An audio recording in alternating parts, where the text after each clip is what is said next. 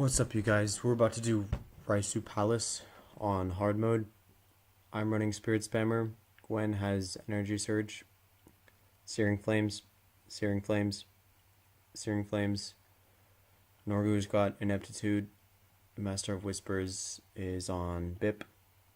And Sandra is Spirit Spamming. I added Dissonance just because it seems like she has a ton of energy.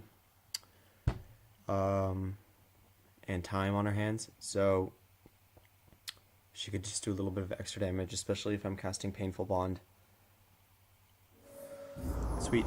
So as you load in, you'll see some henchmen like standing on the sides. Actually, if you talk to certain ones, they'll actually give you like a little shortcut through the level. They'll cut off like little corridors. And I've found that Danika and Argo they cut off the most time. So Argo will sacrifice himself or whatever to get that first wall down, so you can just run straight across without dealing with this enemy right here, or I mean these two enemies on the sides, so you can just run straight. It's pretty cool.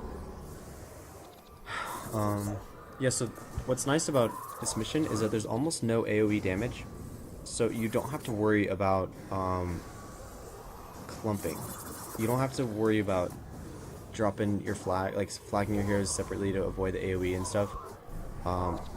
Just use your spirits if you have them, and just body block in the middle of these passageways. Yeah, it'll protect your party. And as usual, as long as you keep the enemies away from your heroes, they'll do more damage, because if your heroes are kiting, they're not doing as much damage as they could be.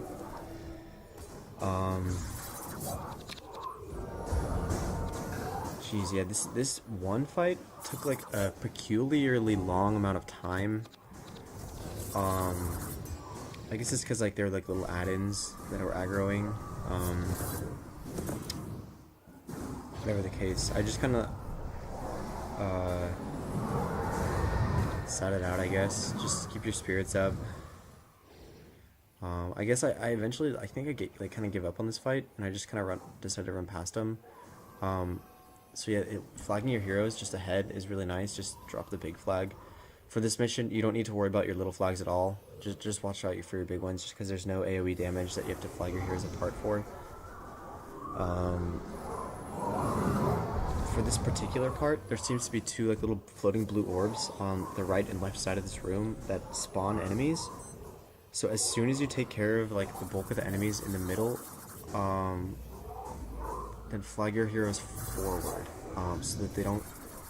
So see there's add-ins like running in from these the north and south side of this room. It's a waste of time. So just continue forwards. Jeez, yeah, I should have done it sooner. I should have ran forward sooner.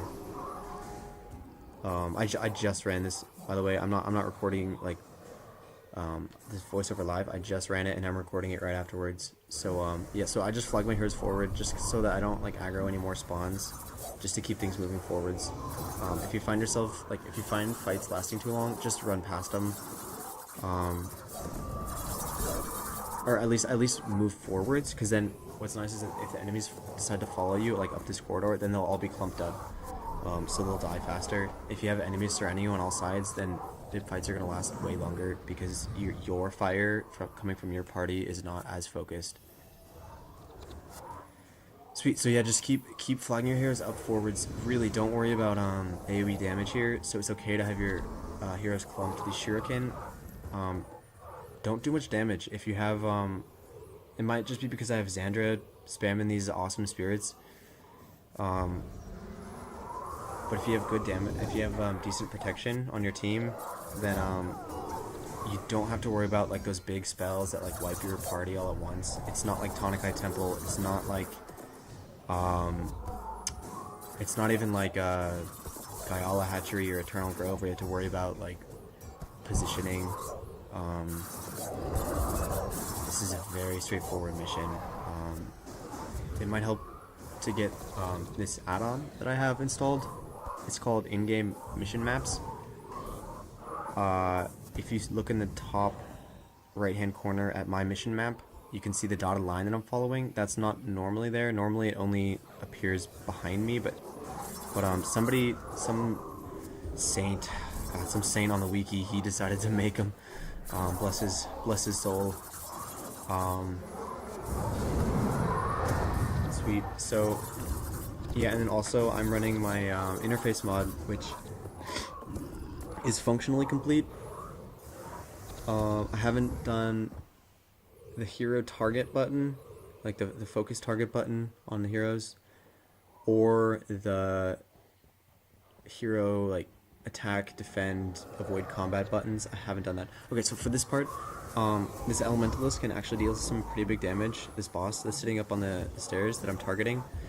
So I would avoid aggroing him until you take care of this little group that runs down. But of course, I aggro him.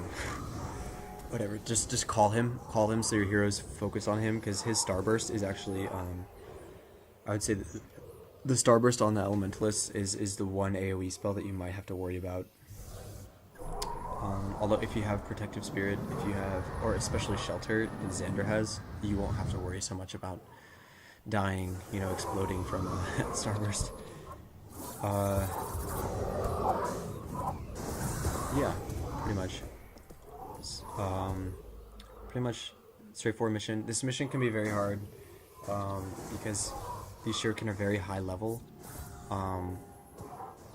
They attack very quickly, the assassins and stuff. So if you find yourself struggling, I would the most important person on my team right now is probably Xandra, because she's dropping these spirits. With soul twisting, she can actually maintain them almost continuously. So that's 75% chance to block attacks, which pretty much eliminates the threat of melee. And then Shelter, which limits all damage to 10%. And then Union, which just lowers damage by 15. And then with Armor of Unfeeling, all of those spirits take half as much damage for each point they defend, or each block or whatever. Armor of Unfeeling is great.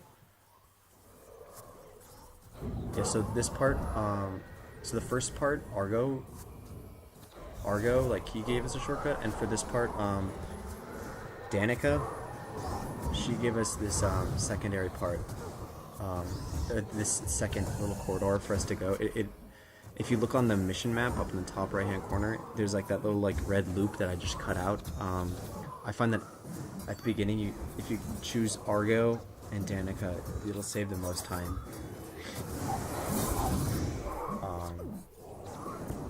Which is cool. All was great.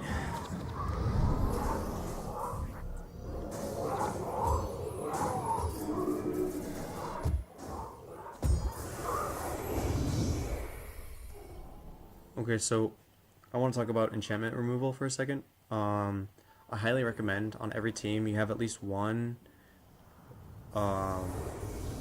Mirror of Disenchantment. It's like a mesmer spell, and what it does is it removes an enchantment from a foe, and it also removes the same enchantment from any of that foe's allies, or technically party members, which might matter. So in this game, each mob, each cluster of enemies, is generally a party, considered a party for the game's mechanics. And it's really convenient to strip an enchantment from all of them, because if there's two enemies of the same type, they'll have the same skills. So if it's an elementalist or whatever, it'll strip all of their auras of restoration. Or if there's one enemy that's casting the same enchantment on everybody, for example, the Afflicted, they have Order of the Apostasy. Various enchantments. You'll find that the same enchantment will be spread across an entire party, and it's great just to strip it. any enchantment that you strip is just going to make everything go faster. So I recommend having 1 or 2 Mirror of Disenchantments on your team. You'll never know, and that'll come in really good, really handy. Yeah, so for this part, you might want to flag your, there's a lot of like pillars and stuff, so just flag your heroes, so make sure that they're, like their staff attacks, like just their melee attacks are getting through, because if they're standing inside of your Ebon Vanguard ward, this ward spell that I have on my bar, if they're standing inside of that, and they're also like just auto attacking, you know, between attacks, they'll deal mega damage. Because they're dealing probably as much as one of my each hero is dealing as much as one of my spirits, and then if you have the ward on top of that, they're dealing like another 15 damage on top of that. Of course, it's reduced by the enemy's armor, but it does big damage. Don't underestimate the power of auto attacks. So that's why I recommend having like staffs of like the right attribute, and a lot of people like to put caster spears like on their backline, but I personally don't, because staffs actually deal some great damage. Anyways, peace out, you guys.